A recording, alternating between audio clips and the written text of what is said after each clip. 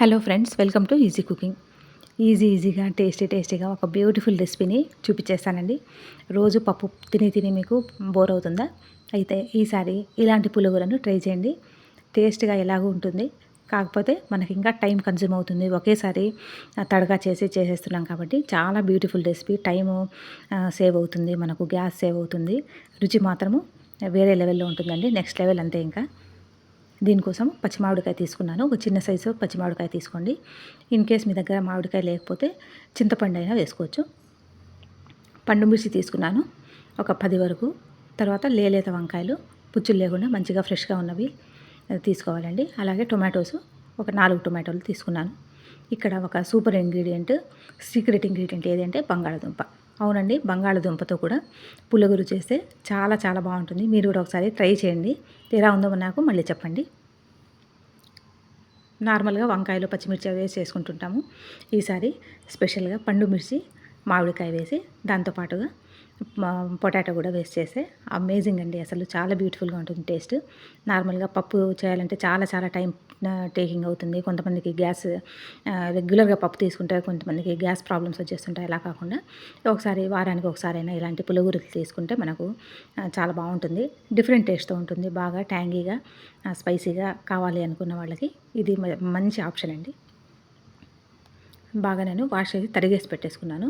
ఇప్పుడైతే కుక్కర్లో ఒక 2 స్పూన్స్ వరకు ఆయిల్ వేసుకొని, మీరు కావాలంటే ఆయిల్ పెంచుకోవచ్చు, తగ్గించుకోవచ్చు. ఆవాలు జీలకర్ర వేసేసాను. ఒక స్పూను బాగా చిటపట్లాడిన తర్వాత ఎండుమిర్చి ఒక 2 ఎండుమిర్చి తుంచి వేసుకున్నానండి. కొత్తగా చూస్తున్న వాళ్ళు ఛానల్ని సబ్స్క్రైబ్ చేసుకొని ఎఫర్ట్స్ అండ్ రెసిపీ నచ్చితే లైక్ ఇవ్వడం మర్చిపోకండి, సపోర్ట్ చేయడం మర్చిపోకండి. కొత్త రెసిపీస్ వస్తున్నాయి, ఇంట్రెస్టింగ్ రెసిపీస్ మన ఛానల్లో అప్లోడ్ కాబోతున్నాయి. ఆల్రెడీ మంచి రెసిపీస్ నేను అప్లోడ్ చేసి పెట్టాను. స్వీట్స్, స్నాక్స్, తర్వాత మెయిన్ కోర్సెస్, డెజర్ట్స్ చాలా ఉన్నాయి. ఒకసారి టైం ఉన్నప్పుడు చెక్ చేయండి. చూడండి, ఇప్పుడైతే నేను కరివేపాకు కూడా ఒక 2 రెమ్మలు అలా యాడ్ చేశాను. కరివేపాకు బాగా చిటపట్లాడిన తర్వాత మంచి ఫ్లేవర్ వచ్చేస్తుంది కదా మన కరివేపాకులో. తర్వాత వెల్లుల్లిపాయలు లేదా గార్లిక్ క్లోవ్స్ని ఒక 10 యాడ్ చేశానండి. అలాగే ఆనియన్స్ని కూడా రఫ్గా చాప్ చేసుకున్నాను, క్యూబ్స్గా చేసుకున్నానండి. ఇవి కూడా ఒక చిన్న ఆనియన్ తీసుకొని అది కూడా ఇట్లా రఫ్గా చాప్ చేసి వేసేసుకున్నాను. అన్ని ఆయిల్లో బాగా ఫ్రై అయిన తర్వాత నేను ఇవి వంకాయలను కూడా శుభ్రంగా వాష్ చేసి సాల్ట్ వాటర్లో కట్ చేసి పెట్టేసుకున్నాను. చిన్న ముక్కలుగా కట్ చేసి పెట్టేశాను. ఇప్పుడైతే పండు మిర్చి అండి. ఇన్ కేస్ పండు మిర్చి లేకుంటే దాని బదులుగా మీరు పచ్చిమిర్చి అయినా హ్యాపీగా వేసేసుకోవచ్చు. కాకపోతే ఇప్పుడు మనకు సీజనల్ వైజ్గా దొరుకుతున్నాయి కాబట్టి మామిడికాయలు, తర్వాత ఈ పండు మిర్చి మనకు ఇవి అవైలబుల్గా ఉన్నప్పుడు ఇవి డిఫరెంట్గా ఉంటాయి.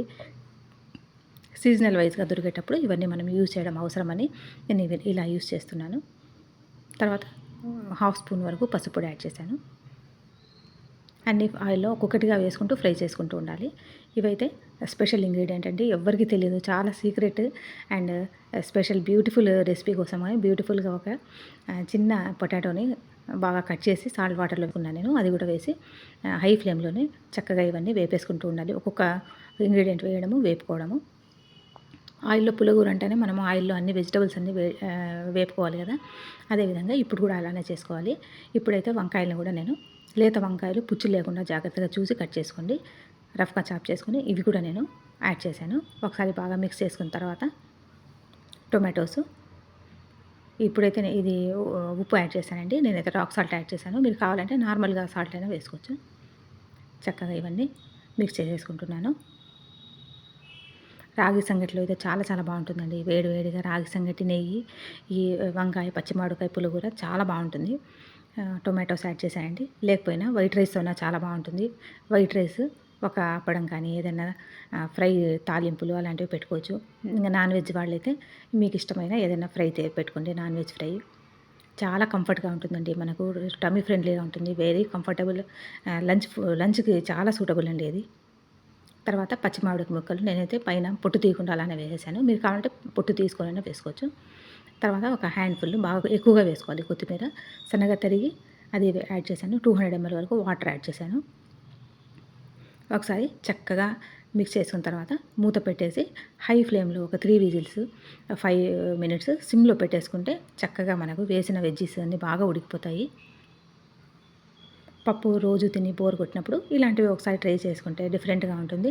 ఫాస్ట్గా అయిపోతుందండి. ముఖ్యంగా లేడీస్కి ఏంటంటే ఫాస్ట్గా అయిపోయి టేస్టీగా ఉంటాయి కానీ అంతకంటే ఏం కావాలి చెప్పండి.